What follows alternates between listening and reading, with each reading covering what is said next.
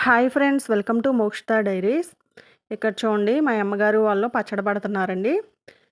ఇలా ముక్కల కింద కట్ చేసేసి ఫ్యాన్ కింద ఆరబెట్టారు. ఇప్పుడు కలిపేస్తున్నారు. చీకటి పడిపోయిందండి. ఇది నెక్స్ట్ డే. ఇవన్నీ అమ్ముకోవడానికి ఒక అమ్మాయి వస్తుందండి.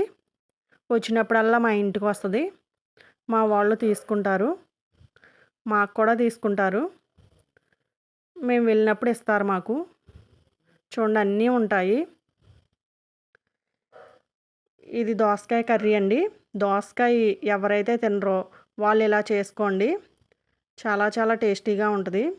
ఎగ్స్ ఇలా పొడుచుకుని చేసుకుంటే తినని వాళ్ళు కూడా తింటారు. బాగుంటుంది కర్రీ. ఇక్కడ చూడండి, మా వాళ్ళు ఎలా పడి పడి ఎలా కడుగుతున్నారో ఇల్లు. దొల్లేస్తున్నారు దాంట్లో పడి. ఇక్కడ రైస్ కూడా ఉడికిపోయిందండి. ఇక్కడ గ్యాస్ ప్రాబ్లం అండి, అందుకే అన్నీ పొయ్యి మీదే చేయవలసి వస్తుంది. గ్యాస్ అస్సలు దొరకడం లేదు. అయినా రైస్ అవన్నీ పొయ్యి మీదే వండుతారు. ఇక్కడ మా పిన్ని మా చిన్నాన్న వచ్చారని ఎగ్ బిర్యానీ చేస్తున్నాము. ఎంత ఎండ అంటే విపరీతమైన ఎండ. ఆ ఎండలోనే చేస్తున్నాము. నేను చెప్తా ఉంటే మా మరదలు మా పిన్ని చేస్తున్నారు. మా పిన్ని కూడా హెల్ప్ చేసింది.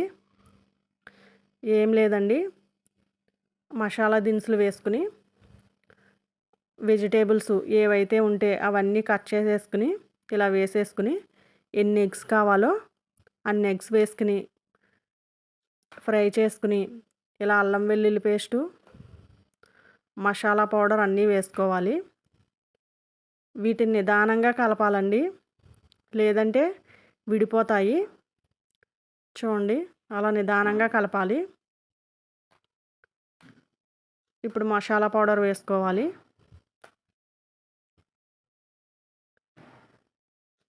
అవన్నీ ఫ్రై అయినాయి కదండి. ఇప్పుడు వాటర్ పోసుకోవాలి.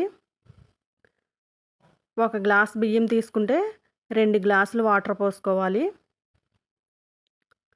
ఎంత టేస్టీగా వచ్చిందంటే అంత టేస్టీగా వచ్చింది. మేము అసలు ఇంట్రెస్ట్గానే చేయలేదు. ఆ ఎండలో ఇంకేదో చేయాలి కాబట్టి గబగబా చేసేసాము. కానీ టేస్ట్ మాత్రం చాలా బాగా వచ్చింది. అదే అంటారు, ఒక్కొక్కసారి మనం ఇంట్రెస్ట్ పెట్టి చేస్తే అస్సలు సరిగ్గా రాదు. మనకి ఇంట్రెస్ట్ లేకపోయినా ఏదో చేయాలి కాబట్టి చేసేస్తే అది మాత్రం చాలా టేస్ట్ వస్తుంది.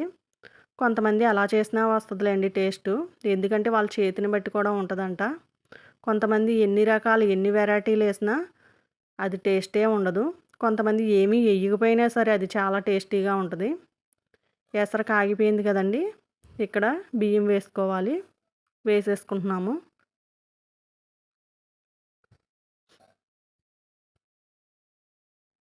చూడండి, రైస్ ఎలా ఉడికిందో. రెడీ అయిపోయింది. ఇప్పుడు పైన కొత్తిమీర వేసుకోవడమే. ఇప్పుడు దించేసుకుందాము.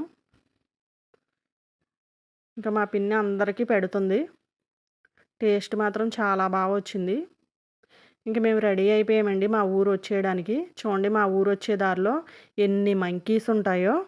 అందరూ ఇక్కడ బనానాస్ తెచ్చి వేస్తారు, జామకాయలు వేస్తారు, దోసకాయలు వేస్తారు, వాళ్ళ పొలాల్లో పండినవి వేస్తారు. ఇక్కడ ఆంజనేయ స్వామి గుడి కూడా ఉంటుందండి. ఇక్కడ చూడండి, మా వాళ్ళు బనానా జ్యూస్ తాగుతున్నారు. ఈ ఎండకి జ్యూస్ తాగాలనిపించిందంట, ఇక్కడ తాగుతున్నారు. మేము ఇంటికి వచ్చేటప్పటికి మొక్కలు మొత్తం ఎండిపోయి ఉన్నాయండి. చూడండి ఎలా పాడైపోయినాయో. మొక్కలన్నీ ఎండిపోయినాయి. ఇవన్నీ మళ్ళీ సెట్ చేసుకోవాలి. మొత్తం తీసేసి మొత్తం శుభ్రం చేసుకోవాలి. మా వీడియో కనుక మీకు నచ్చినట్లయితే లైక్ చేయండి, షేర్ చేయండి, సబ్స్క్రైబ్ చేసుకోండి.